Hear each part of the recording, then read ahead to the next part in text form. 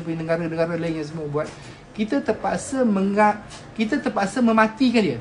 Kita tak boleh matikan dia dalam badan kita. Kita terpaksa mematikan dengan cara dia mati sendiri. Okey? Contoh, satu orang dia akan pas kepada 3 orang. Kita pastikan satu orang tu tak pas kepada orang lain. Dan kuman tu akan mati sendiri dalam masa 14 hari. Dia tak ada perumah baru dan dia mati. Faham tak? Jadi apa yang kita nak buat sekarang ialah dengan menjarakkan diri kita, kerajaan buat tu, undang-undang yang KKM buat tu adalah untuk memastikan supaya kes tu tak meningkat. Supaya kuman tu last sekali dia mati sendiri. Faham tak? Bila dia tak berjumpa dengan perumah baru, dia tak berjumpa dengan orang baru, maka dia akan mati macam tu je. Contoh orang tu disyaki positif. Satu lagi saya nak cerita ada kes COVID positif dalam badan dia, kita cek negatif. Maksudnya kita cek negatif, tapi dia tak semestinya 100% negatif. Sebab kuman ni dia agak special jahat sikit. Ada yang kes yang positif, sebenarnya kita cek dia, kita jumpa dia negatif. Faham maksud saya? Yang negatif tu tak semestinya negatif. Yang negatif tu kadang-kadang dia masih ada kuman dalam badan dia. Dan orang tu dah dibebaskan ataupun dikuarantinkan, dia masih lagi boleh spreading. Itu yang masalahnya kuman ni. Jadi kita rasa kita sihat. Kita rasa kita kuat. Kita rasa kita belum kena demam. Kita belum ada batuk, sesama cirit-cirit. Kita nak balik kampung. Bila kita balik kampung, kita pergi balai polis beramai-ramai nak ambil surat. Kita berebut pergi pasar raya untuk beli makanan dan sebagainya. Kita berkumpul beramai-ramai dekat bus stop, kita beli dekat bus station, kita pergi semalam balik kampung beramai-ramai dekat RNR dan sebagainya. Kita akan berjumpa dengan ramai orang. Jadi kat situlah orang yang akan pas kepada seorang dan kepada seorang dan kepada seorang. Faham tak? Jadi itu yang saya nak sebut. Kita sepatutnya kena tahu bahawa kita jangan bagi virus ni survive. Kita kena matikan dia kat tengah jalan. Kita tak boleh matikan dia kat badan kita. Sebab ubat dia tak ada.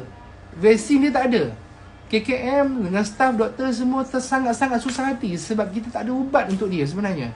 Kita more on life support. Kita masukkan air, kita try and error bagi antivirus dan harap orang tu kuat dan baik sendiri. Itu je.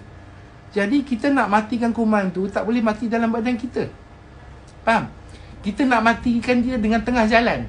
Maksudnya bukan tengah jalan raya. Kita nak dia cari perumah baru dan tak jumpa. Dan lepas 14 hari kuman tu mati. Faham tak? Saya ulang sekali lagi Kita nak kuman tu yang ada dekat seorang A ni tidak sampai kepada B dan tidak sampai kepada 3 orang lain. Sebab tu kita kuarantinkan dia. Kita jangan bagi kita dekat dengan dia 1 meter. Jangan dekat 1 meter. Jangan dekat dengan orang dengan 1 meter. Jarakkan 1 meter jauh. Dan orang-orang yang ada batuk sesama protect. Kan kita sebenarnya orang yang tak kena tu tak apa-apa sangat. Tapi kita apalah kita nak protect kan.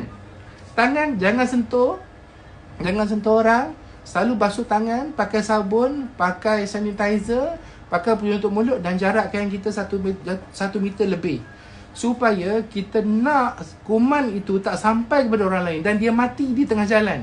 Jadi dan on that matter, maksudnya kita nak matikan kuman tu di tengah jalan supaya jangan sampai kepada orang lain dan tak merebak dan tak merebak dan tak merebak. Maka nanti lama-lama kes-kes yang lama akan baik dan tidak ada kes-kes yang baru. Faham maksud saya? Jadi apa yang kita buat sekarang semuanya adalah untuk mematikan kuman itu di tengah jalan, bukan matikan dia di dalam badan kita.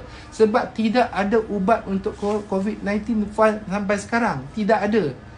Kita menggunakan teknik untuk mematikan kuman itu di tengah jalan dengan cara supaya dia tidak melompat kepada orang lain.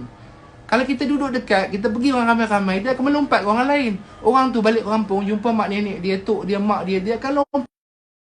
Orang kampung semua tua-tua, lagi senang kena, lagi senang berjangkit dan senang menyebabkan kematian. Faham tak? Dan itu yang berlaku dekat dengan Wuhan, dekat Itali, bila mana kerajaan dia kata jangan balik kampung, dia balik kampung. Sebab tu ya kematiannya meninggal. Sebab orang tua yang meninggal tu banyak kes. Orang daripada bandar bawa ke kampung. Faham tak? Jadi apa yang kerajaan KM buat sekarang adalah untuk supaya kita jangan paskan dia kepada orang lain. Supaya kuman tu mati di tengah jalan. Kita kena bersama-sama matikan dia di tengah-tengah jalan. Kita tak mampu matikan dia di dalam badan kita. Tak mampu matikan dia. Faham? So, kalau setakat kita nak basuh tangan kita menghalang dia masuk badan kita, tapi dia masih ada lagi juta-juta, million lagi di dalam badan kita yang orang tu boleh bawa. Faham? Okey, sebab dia masuk dalam badan kita, dia multiplekan badan kita, dia beranak sendiri. Dia tak perlukan berjantan betina, virus ni. Dia tak perlu. Dia masuk dalam badan kita, dia gunakan sel badan kita, dia multiply sendiri. Okey, so kalau saya harap kita semua faham bahawa teknik sekarang yang kita gunakan adalah untuk mematikan kuman itu. Bersama-sama kita matikan dia supaya dia mati di tengah jalan dan tidak ada lagi perumah baru. 14 hari dia mati. InsyaAllah 14 hari dia mati.